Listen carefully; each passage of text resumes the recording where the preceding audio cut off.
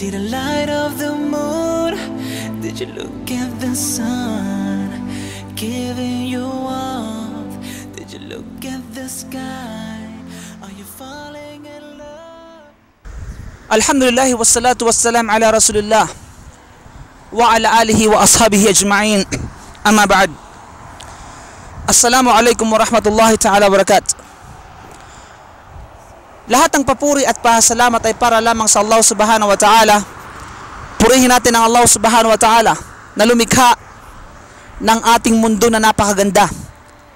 Lumikha ng mga bundok na kung saan ay napakatayog, napakatibay, na nagsisilbing pundasyon sa anumang sakuna o sa anumang darating na sakuna. Lumikha sa lahat ng mga tao, lumikha sa tao na kung saan inatasan para mag-alaga ng mga kabundukan at ang ano pang mga bagay dito sa balat ng lupa, sa ibabaw ng lupa. Mga kapatid sa panampalatayang Islam, isang maiksing paalaala lamang para sa atin bilang isang mga mananampalataya at gayon din sa mga hindi pa mga Muslim. Ang isa sa mga aya ng Quran na napakadakila, aya o talata ng banal na Quran, na ito ay address ng Allah subhanahu wa ta'ala sa lahat ng sangkatauhan, hindi lamang sa mga Muslim, bagkus sa lahat ng mga tao in general, mapamusliman o hindi mapamuslim. Pakinggan niyo po ang isa sa mga talata ng banal na Quran na sinabi ng Allah sa Surah Al-Fatir, ba'da a'udhu billahi minash shaitanir rajim, bismillahirrahmanirrahim, ya ayyuhan nas, o kayong mga sangkatauhan. Mga sangkatauhan ang ibig sabihin lahat ng klase ng tao, anuman ang lahi nito, babae man o lalaki, matanda man ito o bata, Muslim man o hindi Muslim. Ito ay address sa inyo ng Allah subhanahu wa ta'ala. Ya ayyuhan nas, uzkuru ni'matallahi alaykum. Ano ang sabi ng Allah? Alalahanin ninyo ang biyayang ipinagkaloob sa inyo ng Allah subhanahu wa ta'ala. Alalahanin ninyo ang dakilang tagapaglikha na nagbigay sa inyo ng pabor. Alalahanin ninyo ang dakilang tagapaglikha sa pamamagitan ng inyong dila, sa pamamagitan ng inyong puso, sa pamamagitan ng inyong gawa.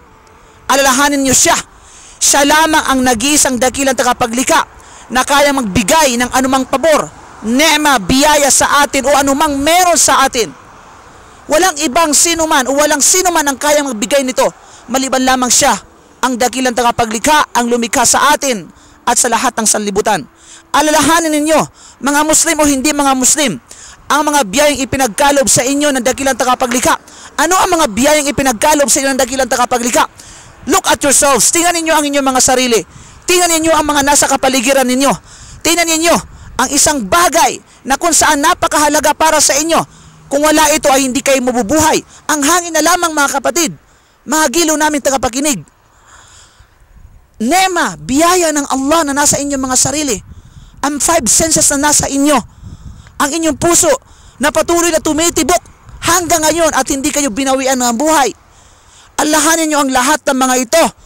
Ang nagbigay nito ay walang iba kundi ang lumikha nito, ang Allah subhanahu wa ta'ala. Ito'y paalaala ng Allah sapagkat tayo ay nakalimot. Paalaala ng Allah subhanahu wa ta'ala sapagkat tayo ay nauhumaling sa makamundong bagay. Pinaalalahanan tayo ng Allah subhanahu wa ta'ala ng dakilang tagapaglikha. Alalahanin ninyo ang biyayang ipinagkaloob sa inyo ng inyong Panginoon, na kung saan sabi ng Allah subhanahu wa ta'ala bilang karugtong ay na ayan ito, hal khaliqun min ghairillah, hal min khaliqin ghairillah, hal min khaliqin ghairullah. Meron bang ibang lumikha, meron ibang tagapaglikha bukod sa Allah subhanahu wa ta'ala? Meron pa bang lumikha ng sanlibutan?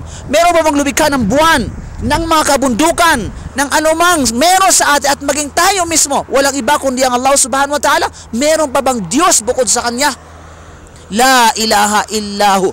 Walang ibang Diyos na dapat sambahin maliban lamang siya, ang Allah, ang Panginoon ng sanlibutan, ang Panginoon ng mga anghel, ang Panginoon ng mga hayop, Panginoon ng lahat ng mga propeta, Panginoon ng mga jinn, Panginoon ng anumang meron dito sa ibang mundo, nakikita at hindi nakikita. La ilaha illahu. Walang ibang Diyos maliban lamang sa Kanya. Fa'anna tufakun. Fa'anna Mapapasaan bakit kayo lumihis sa tuwid na landas ng dakilang tagapaglikha? Mapapasaan bakit kayo ay nangaligaw? Bakit kayo ay ayaw sumunod sa batas ng dakilang tagapaglikha? Ito'y tanong ng Allah subhanahu wa ta'ala sa atin. Ito ay isang paalala sa atin ng dakilang tagapaglikha na lahat ng mga bagay na meron sa atin ay ang nagmamay-ari nito ay walang iba kundi ang Allah. So mga kapatid at mga mahal naming mga kaibigan, kamag-anak at iba pa, at na hindi pa mga Muslim, tunghayan po natin, pag-aralan po natin ang pananampalataya ng lahat ng mga propeta. Tunghayan po natin ang pananampalataya na pinili ng dakilang tagapaglikha, at tunghayan po natin at yakapin natin ang pananampalataya na dala na lahat ng mga propeta. At isabuhay natin ang turo ng pananampalataya na ito. Ito'y paalala sa aking sarili, gayon din po sa inyo. Jazakumullahu khair, barakallahu fikum, assalamu alaikum warahmatullahi ta'ala wabarakatuh. Creator, you can't get enough. He is everywhere, and he knows we stay. Yes, he knows.